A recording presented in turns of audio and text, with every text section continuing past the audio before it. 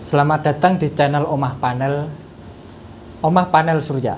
Kali ini kami akan mereview unit inverter hybrid komplit, ada MPPT dan charger. Dilengkapi MPPT charger, yaitu dinamakan sistem hybrid.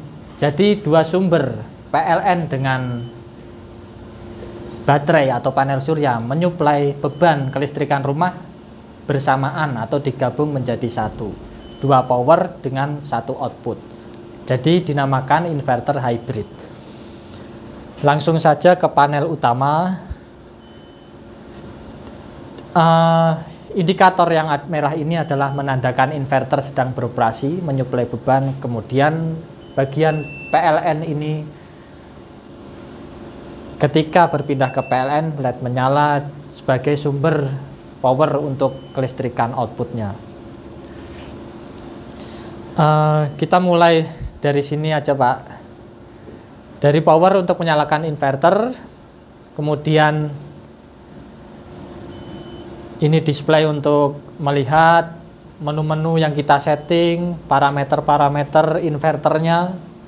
Kemudian yang LCD di sini adalah LCD untuk MPPT, panel suryanya. Langsung ke dalam ya. Oke. Bagian dalamnya untuk pengoperasian unit inverter.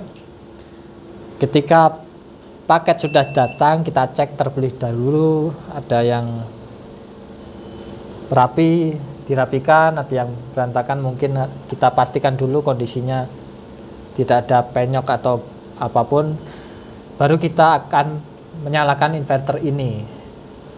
Untuk kabel-kabel input, untuk baterai ada di sini, plus minus, kemudian inputnya PLN ada di ini, sudah kami beri tulisan.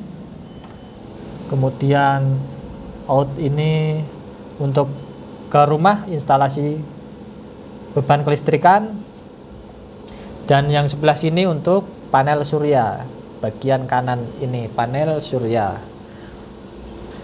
Setelah semua kabel dipasang, yang kita lakukan menyalakan soft start untuk menghubungkan baterai ke inverter secara halus perlahan. Jadi soft start diaktifkan agar tidak terjadi lonjakan arus pada baterai yang terlalu tinggi, dapat mengakibatkan baterai protek, khususnya baterai LiFeO 4 yang ada sistem BMS-nya. Setelah soft start dihidupkan sekitar 5 detik, kemudian elko di sini terisi, kemudian kita hidupkan MCB baterai. Kemudian soft startnya kita lepas karena sudah tergantikan oleh MCB baterainya. Setelah itu kita bisa menyalakan PLN atau MCB inverter dan charging, juga MCB untuk panel suryanya kita hubungkan di bagian MCB ini.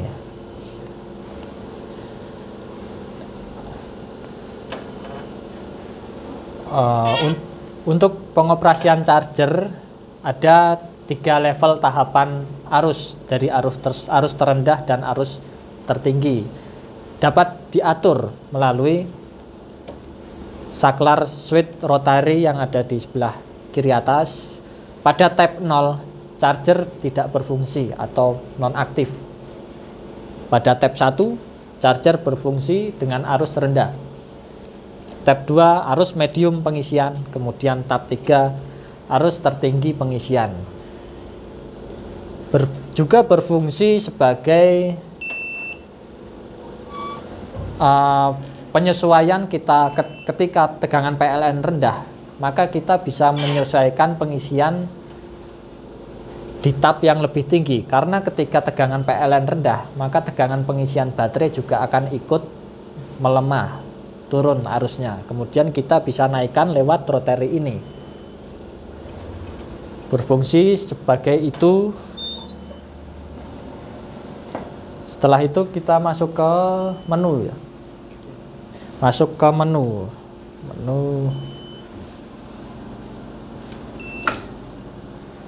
Menu, tombol menu, kemudian pencet menu lagi untuk masuk ke dalam menu.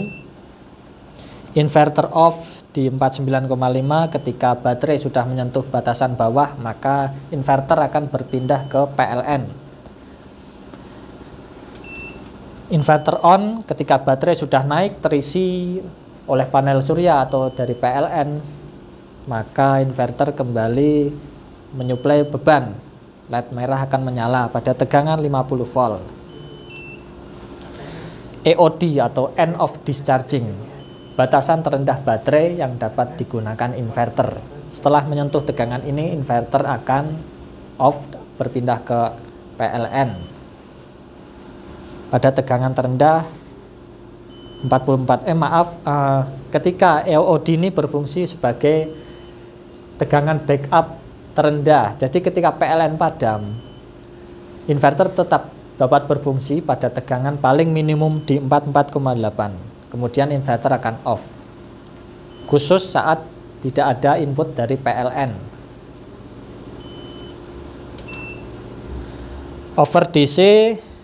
Overvolt DC di 60 volt. Jadi jika inverter mendeteksi tegangan lebih, maka inverter ini akan proteksi pada tegangan 60, bisa diset. Adjustment ini untuk menyesuaikan tegangan baterai dengan display pada LCD-nya. Jika sudah dikalibrasi, maka tidak perlu disesuaikan kembali. Jadi tidak ada selisih lagi antara tegangan baterai dengan yang dideteksi oleh inverter. AC volt standarnya 220. Auto on ada di 10S, artinya 10 detik. Jadi ketika inverter off atau proteksi menyentuh batasan baterai bawah, atau saat terjadi konsleting, atau saat UPS, maka inverter ini akan menyala kembali otomatis dalam jeda waktu 10 detik kemudian. Kita bisa mengaturnya sampai 1 jam atau pada posisi off, yaitu saat proteksi inverter mati, dia tidak akan menyala kembali kecuali kita matikan power dan hidupkan kembali secara manual.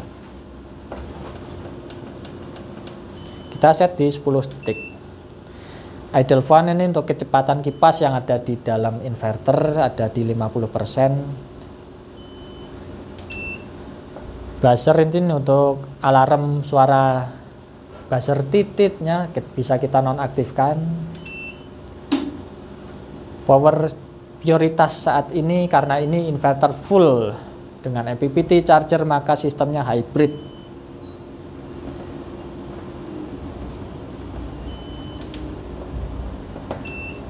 Standby on ini khusus untuk mempersiapkan inverter pada kondisi hidup, khususnya ketika UPS.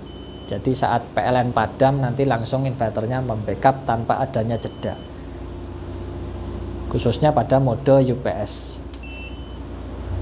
Ini untuk settingan chargernya 49,1 charger hidup, kemudian charger terlepas atau baterai sudah full atau sudah dibatasi pengisiannya di 52,5. Temperatur charging untuk mendeteksi temperatur mesin chargernya. Jika sudah menyentuh 75 derajat Celcius atau saat kondisi ada kerusakan atau overheating, maka diproteksi bagian chargernya di suhu 75 derajat. Kemudian charger akan hidup kembali di bawah 10 derajat. Jadi 65 nanti hidup kembali chargernya.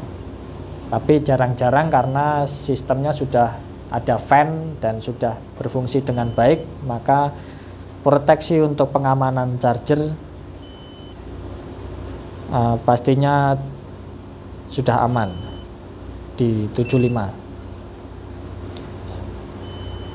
Relay on ini untuk kipas fan tambahan. Jadi saat suhu 41 derajat kipas tambahannya berputar secara kecepatan penuh. Ini untuk kalibrasi tegangan AC output inverter. Tegangan inverternya kalau belum sesuai yang kita inginkan, misalkan 225, maka kita bisa naikkan atau turunkan secara presisi melalui menu ini tanpa harus memutar bagian trim pot dalam mesin ini.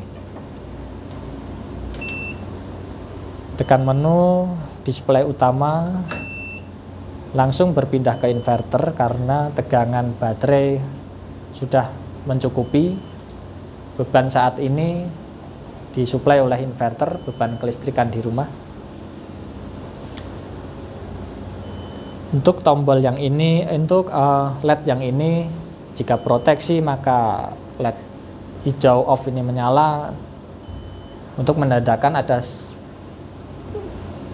ada fungsi yang bermasalah atau proteksi. Ini mau tes apa lagi? ATS dulu. Kita akan uji simulasi real untuk sistem ATS-nya. Simulasi ATS perpindahannya kita pantau di osiloskop. Sistem sinkronasi. Kita hidupkan beban, nanti saat baterai turun akan berpindah ke PLN. Coba hidupkan beban. Tegangan baterai akan turun, belum sampai di 49,5, masih di 50,3 baterainya. Naikkan lagi bebannya, ini masih di kisaran 890 watt. Langsung aja, oke, akan berpindah ke mas. Berpindah ke PLN. Ketika baterai sudah menyentuh tegangan terendah, ini masih tinggi di 2000 watt, naikkan lagi, masih oke, baterai sudah turun, berpindah ke PLN dengan sistem sinkronasi pada ATS. Kemudian baterai naik lagi karena terjadi pengisian dan kembali ke inverter secara sinkronasi. Langsung kita bebankan full yang kayak tadi sampai berpindah ke PLN. Kita amati osiloskop satu semuanya. Oke, tegangan turun di 3000 watt, berpindah ke PLN, lepas bebannya, tegangan baterai terisi, kemudian kelistrikan di rumah akan disuplai oleh inverter kembali. Begitu sistem perpindahan ATS-nya. Terus apalagi ini? Tes load beban. Kita uji beban maksimal. Berkapasitas 5.500 watt. Kita load di 5.500 sehingga inverter ini proteksi. Ayo. Beban maksimum inverter ini di 5.500 watt. Namun kita matikan PLN-nya terlebih dahulu karena ketika menyentuh 5.500 watt inverter ini akan proteksi dan mengembalikan beban ke PLN atau memindahkan beban ke PLN. Jadi inverter terlepas, ATS menuju ke PLN. Saat menuju PLN dan kapasitas PLN KWH meter kita rendah, maka otomatis KWH meter akan trip. Maka saat ini PLN akan dilepas terlebih dahulu. Kita uji beban, masukkan beban, langsung, oke. 9.000, 1.000 watt, 2.000, 5.500 akan proteksi. Masuk lagi beban, tambahkan. Masih terhandle oleh inverter, oke, over watt, inverter off di 5.500 watt. Kita ulangi lagi 10 detik, beberapa saat kemudian inverter akan on. Kemudian kita tes load beban lagi, masuk beban langsung 1.200, 1.300, 4.800, 5.000 watt, naik terus 5.700 proteksi over watt. Inverter sudah masuk pada spesifikasinya. Proteksi berfungsi dengan baik. Saat ini uji apa lagi? Uji chargernya. Kita akan uji charger. Arus pengisian. Kita pantau dengan klemeter zero. Baterai ini kita lihat arusnya pengisian saat ini masih 0,4 ampere untuk menghandle inverter ini, menyuplai ini. Kita masukkan charger di tab 1. Kita uji sistem chargernya. Pengoperasian charger dimulai dari tab charger di posisi 1, kemudian MCB chargernya dihidupkan. Arus pengisian 14 ampere. Masuk ke tab 2 ini, oke. Di apa? Tab 2 19,3 ampere.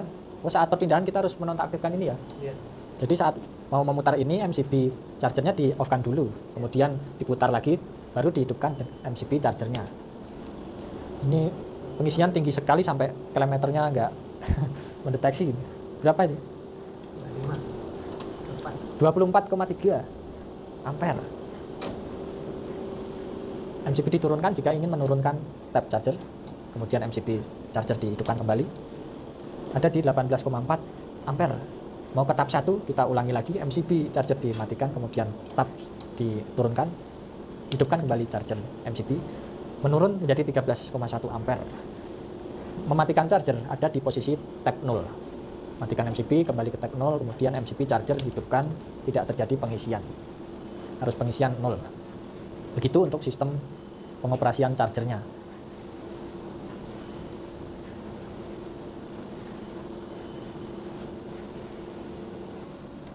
Sekarang kita masuk ke bagian MPPT charger di panel surya. Displaynya ada di sini.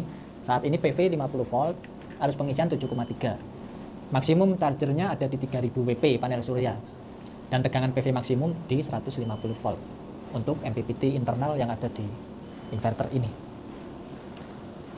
Pengaturan menunya bisa kita fungsikan lewat tombol ini untuk batasan pengisian, flow charging dan cut charging, dan juga arusnya. Begitu untuk penjelasan dari MPPT charger. Jika ingin ditanyakan pemasangan seputar instalasi atau troubleshooting, bisa hubungi ke nomor kami. Sekian, terima kasih telah melihat penjelasan dari produk-produk kami. Terima kasih, salam Aspro Jogja. Aspro juga, Aspro Jogja.